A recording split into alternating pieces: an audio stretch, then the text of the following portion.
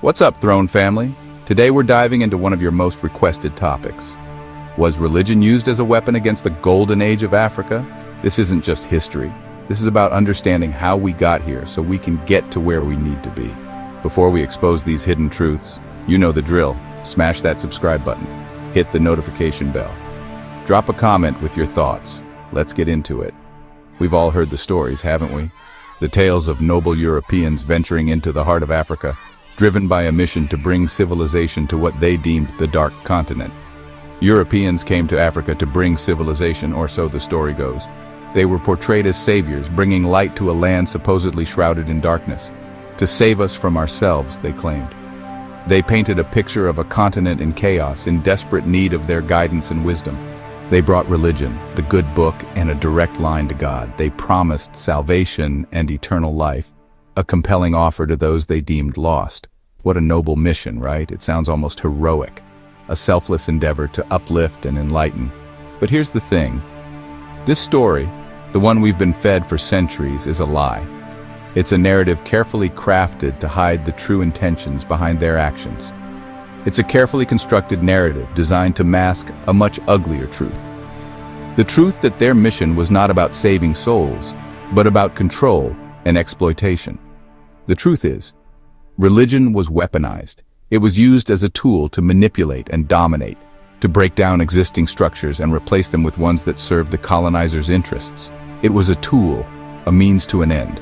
The end being the subjugation and exploitation of an entire continent and its people.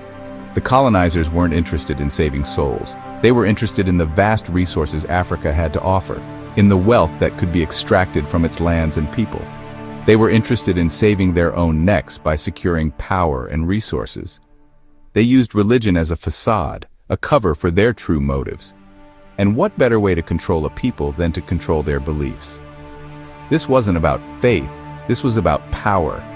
It was about creating a system that kept Africans in a perpetual state of subjugation. Don't get me wrong, I'm not saying every missionary was a mustache-twirling villain. Many believed they were doing good, that they were truly helping. But the system they were part of, the system that sent them to Africa and supported their missions, the system was rotten to its core. It was built on lies and exploitation, on the suffering of millions. It's time to unpack this history, to expose the lies, and to understand how this weaponization of faith continues to impact the continent today. Only by confronting this twisted narrative can we begin to heal and move forward. Before the arrival of Christianity and Islam, Africa was not a spiritual wasteland. Far from it, the continent was a vibrant mosaic of spiritual traditions and beliefs that were deeply rooted in the daily lives of its people. It's laughable to even think that. The continent was a tapestry of diverse beliefs and practices. Each tribe, each community had its own unique way of understanding the world and the forces that shaped it. Each community had its own unique understanding of the divine, its own rituals, and its own ways of connecting with the spiritual realm. These practices were not just rituals. They were a way of life, a means of maintaining harmony and balance within the community and with the natural world.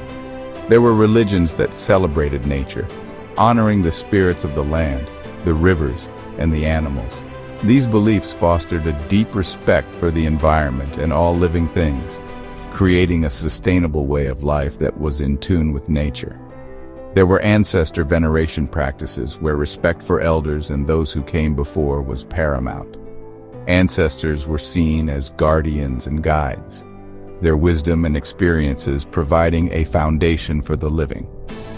There were complex cosmologies explaining the origins of the universe and humanity's place within it.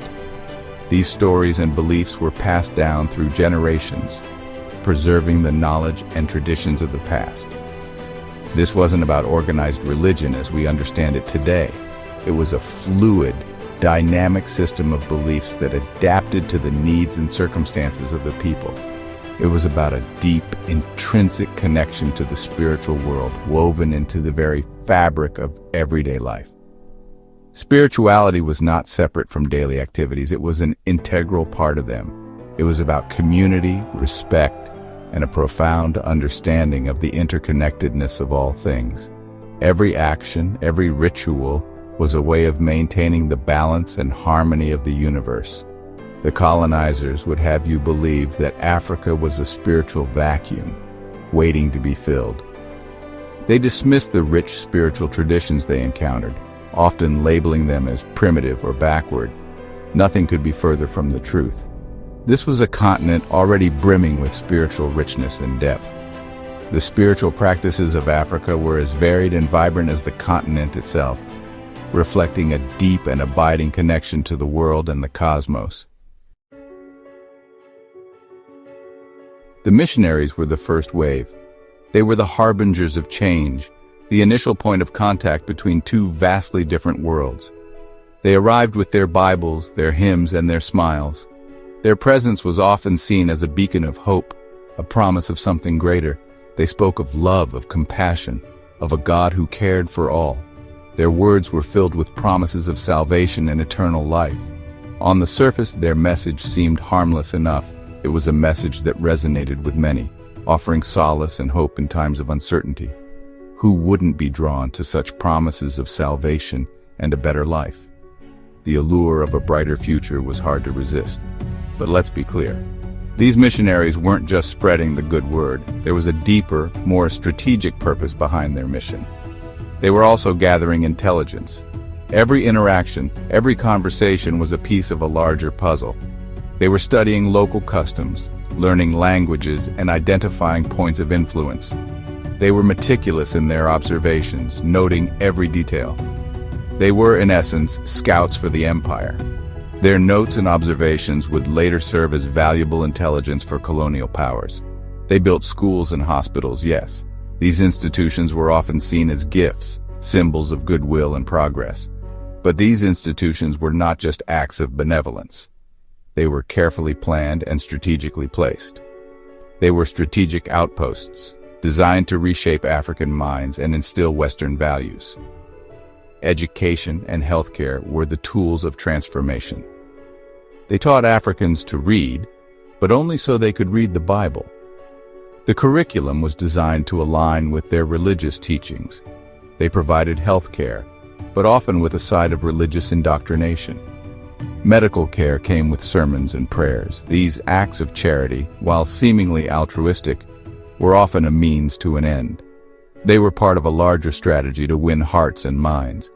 The missionaries were laying the groundwork for a new order, one that would see the gradual erosion of traditional African cultures and the rise of European influence, one where European dominance was not just political and economic, but also spiritual.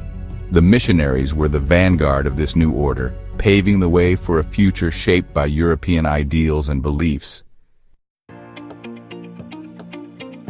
Once the missionaries had established a foothold, the next step was to discredit and dismantle existing African spiritual systems. This was not a peaceful transition. It was a hostile takeover. Traditional healers, often revered as custodians of knowledge and wisdom, were branded as witch doctors and charlatans. Sacred groves and shrines, places of deep spiritual significance, were desecrated or destroyed. Rituals and ceremonies passed down through generations were mocked and outlawed. The message was clear: your ways are backward and primitive. Our God is the only true God. This attack wasn't just about religion, it was about cultural genocide. It was about stripping Africans of their identity, their sense of self, and their connection to their ancestors. This systematic demonization of African spirituality created a void, a spiritual vacuum that the colonizers were all too eager to fill with their own beliefs. This was a classic bait and switch: discredit the existing system, then offer an alternative that just so happens to benefit you. Throne family, understanding our history isn't about dwelling in pain, it's about healing from it and building a future where our spiritual traditions serve our liberation, not someone else's control. Our ancestors weren't waiting in darkness for spiritual enlightenment. They were the light. And by reclaiming that truth, we reclaim our power. Don't forget, subscribe to Reclaiming the Throne. Share this video with someone who needs this knowledge. Join the conversation in the comments. Together, we're not just learning history, we're making history. Until next time.